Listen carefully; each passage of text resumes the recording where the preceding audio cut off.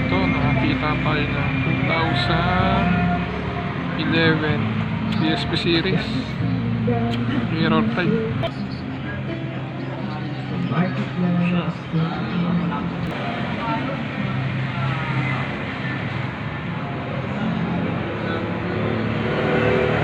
DSP series 2011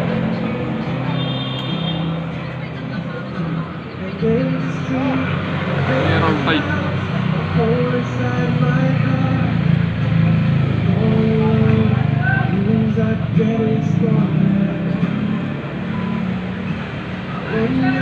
Tago ko to, guys.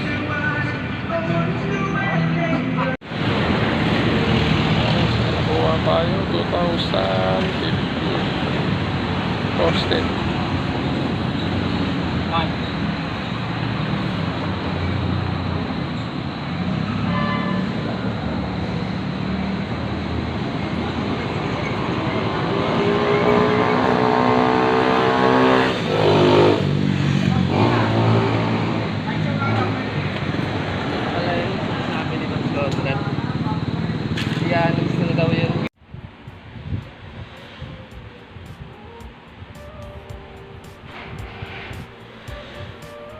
So, good day sa inyo mga ka-keepers and welcome back to my channel.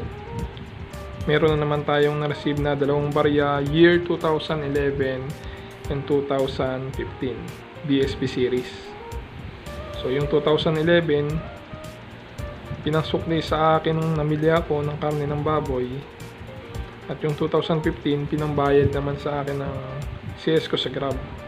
So, swerte ko dahil bibihira na yung ganito kagandang condition sa year 2011 and 2015. Hindi nga ako nagkamali dahil meron na akong naunang naitabi nito at nagkumpara ko na po sila. At ito po ay pasisilip po sa inyo.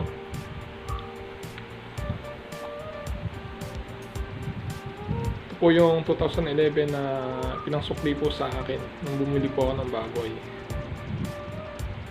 So, mirror type po siya.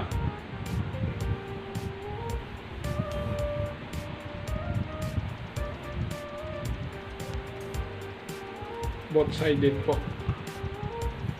Paging sa likod po niya.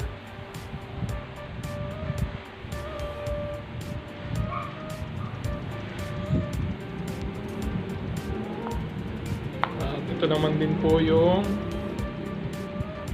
2015 frosted type.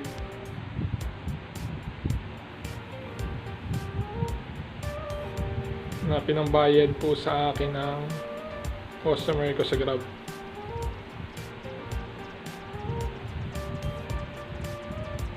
So, ganun din po sa likod po niya. Frosted type din po.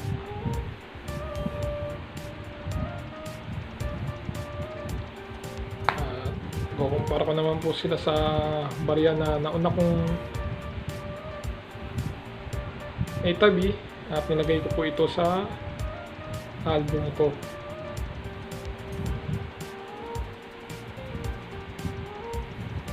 Magkaiba po sila.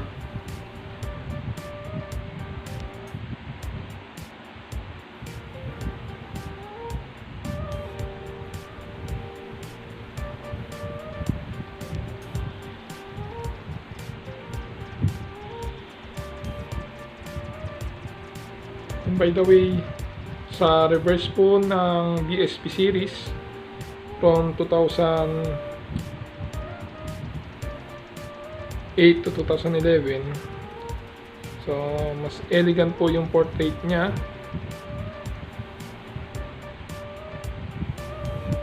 Kay Jose Rizal. So ito po ay bagong portrait na po niya. Ito po ay 2008, 2011 hanggang 17. At may 3 variant po siya sa reverse niya. Die 1, die 2 at die 3. So ito po ay die 2.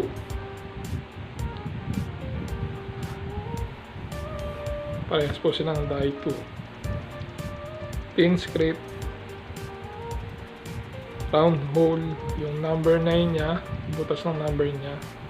At may konting distansya po siya sa kanilang mga number.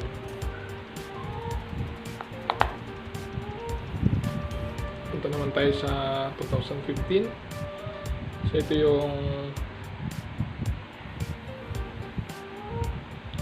yung barya na naitabi ko nung una.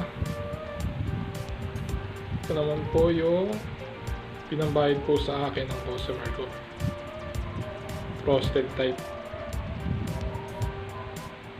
So same na rin po yung port date niya. Year 2008 to 2011 hanggang 2017.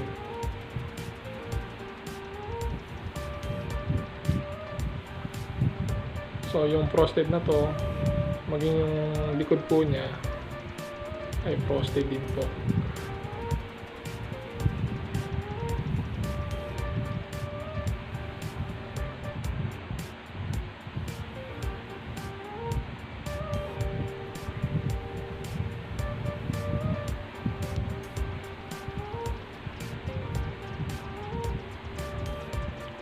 So kung mapapansin nyo naman po, yung dates po nitong dalawa, magkaiba pong variant po ito. Same ang year niya, 2015, pero sa reverse po niya, ang variant ng bariyang ito ay die 3 po. Reverse die 3. So mapapansin po ninyo, malaki po yung numbers po niya at may distansya po yung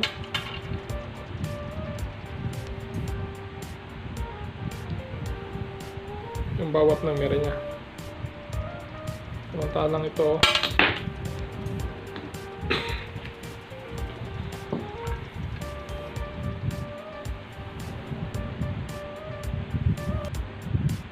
nagkakadikit. So ito po ay reverse die 2.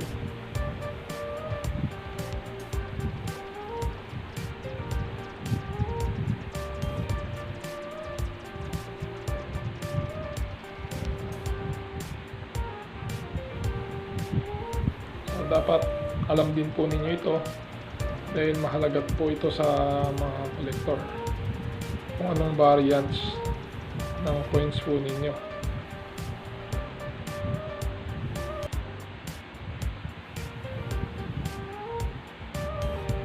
Year 2015.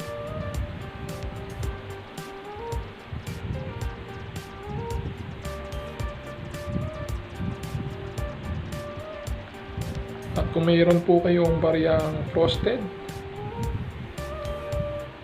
so year 2003, 2013, and 2014,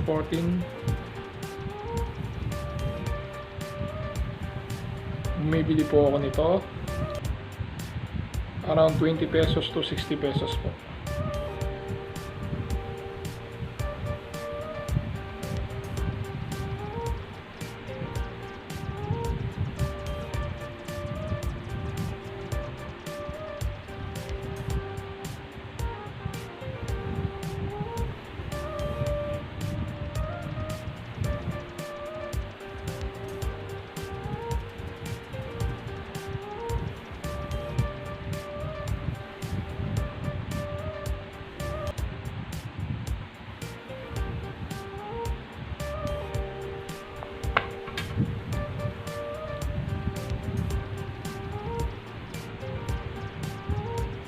Ito naman po yung itsura ng reverse die 1 po niya.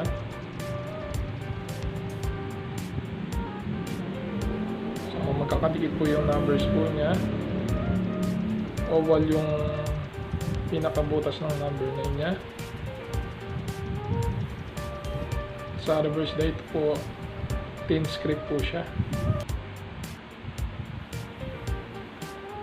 May konting distansya yung mga numbers niya. Pabilog po yung butas ng number 9 niya.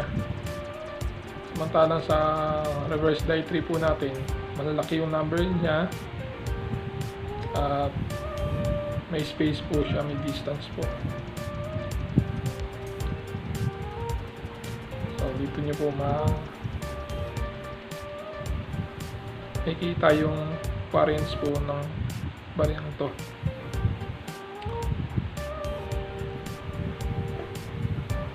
So ulitin po ulit, kung meron po kayong bariyang frosted type year 2000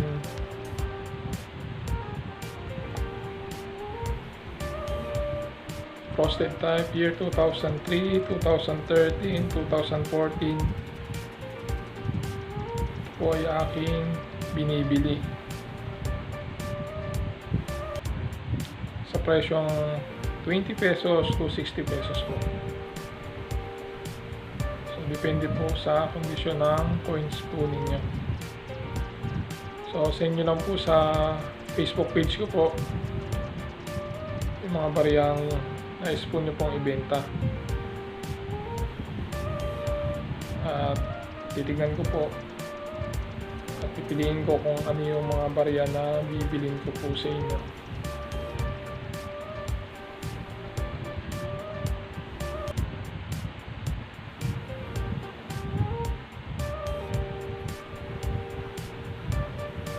So hanggang dito na lang mga ka-keepers, at ingat po tayo palagi, and God bless. Paalam. I know gold is not